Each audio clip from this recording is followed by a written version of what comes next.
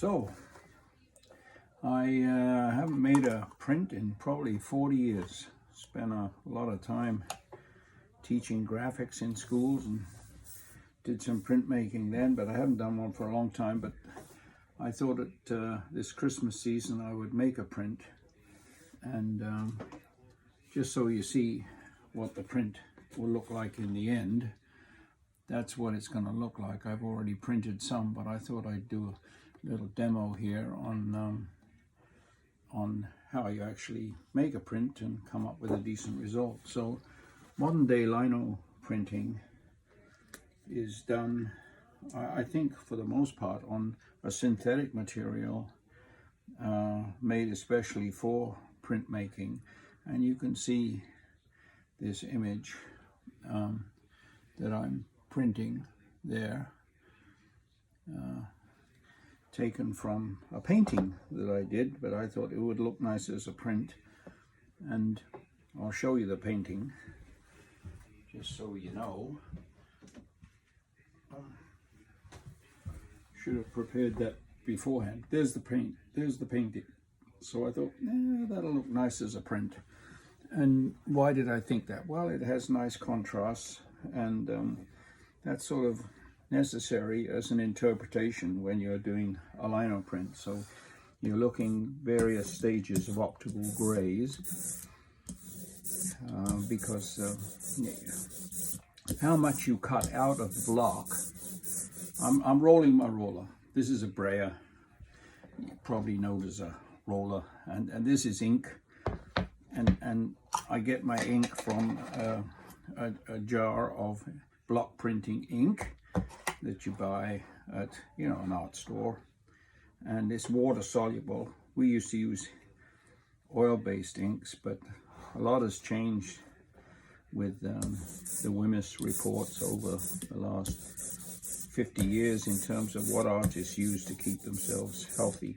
So when you're rolling, you're rolling the brayer to make the ink as even as possible.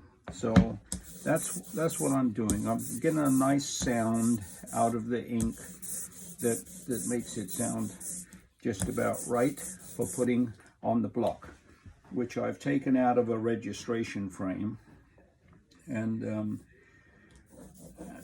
I'm putting it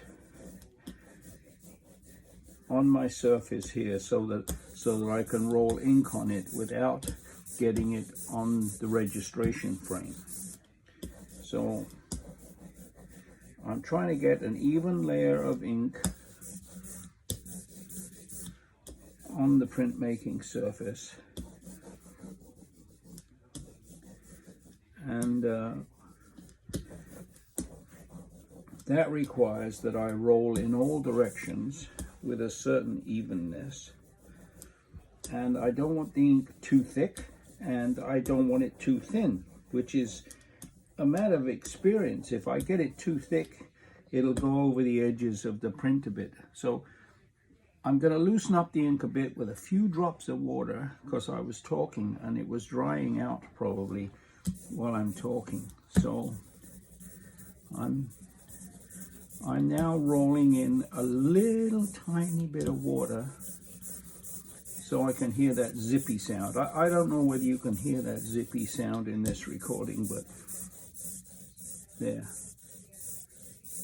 It's a nice zippy sound, and that's probably just the right texture for the ink. So then it's a matter of, did you get it on the block evenly? Because you don't want it heavy in one area and light in another area. You want an even printing of each section of the block. The way I did the block is I took the painting and then I drew it onto the block with a magic marker so I could see what would be black and what would be white. And then I end up with this now. What was magic marker was black, and I cut out the rest, which on here looks blue because that's the color of the block. So then I'm going to put this in a registration frame that'll make sure that the paper lands in the right place on the block. So when it's printed, it'll look correct. So we'll just turn that over a bit and you can see me rub out the print. Now this is a wooden spoon, good old wooden spoon, been around for probably hundreds of years, right? Wooden spoons. And in this case, it's the most efficient way of making the print on the paper. So this is a decent acid-free paper and can be used for block printing. And the frame, because of the way I've laid it out, holds the block in a certain position. And then when I put down the paper on here, the paper lands on the block, so it'll have nice borders and will be parallel to the edges of the paper and so on. So now I'm using the rounded part of the spoon to apply pressure as evenly as possible on the block. And I move my hand around so I can move the spoon around, but hold the paper in place. I don't want any chance really that the paper can move anything too much, because if it did, it would smear the lines just a little bit and make it look as if the paper wasn't registered properly and the ink wasn't applied properly, and a lot of other things that you don't want. You want as perfect a print as you can have come out. Now actually, the block has sort of a texture to it, and if you do it just right, you can get a little bit of that texture instead of just the gooiness of the ink. But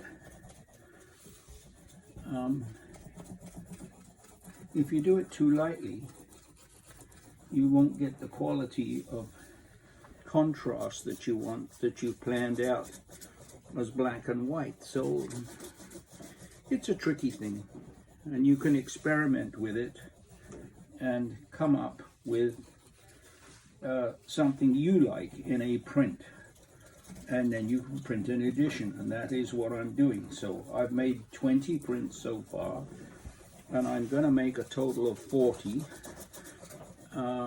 because I want to give some away to some volunteers who've worked so hard as volunteers, and give them a little gift.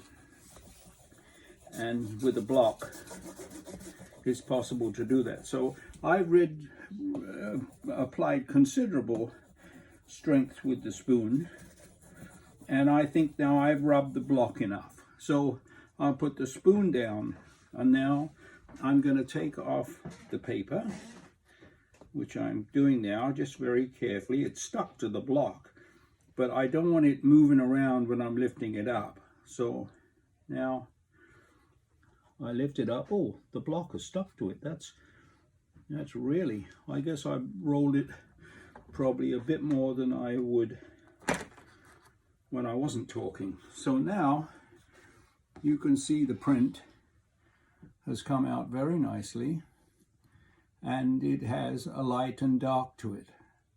So in the painting it was daytime, but in this one I thought I would make it look like moonlight on the snow. If you worked in the woods in the evening or nighttime when the moon is out, you get this wonderful glow off the snow. And you can see on this a sort of textured part of the block, if I bring it up close, on some of these trees, where you've actually picked up the texture of the material that's being used to make the print. So that's quite a beautiful print. And the ink is not as even as I expected it to be, but it's pretty good.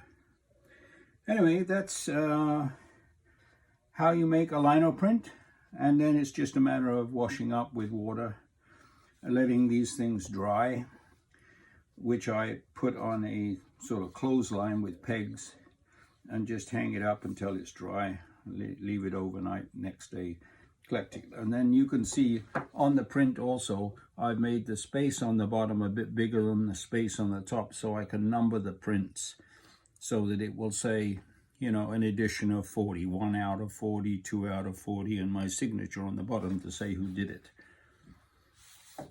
So there we go, a lino print. Moon Glow it's called.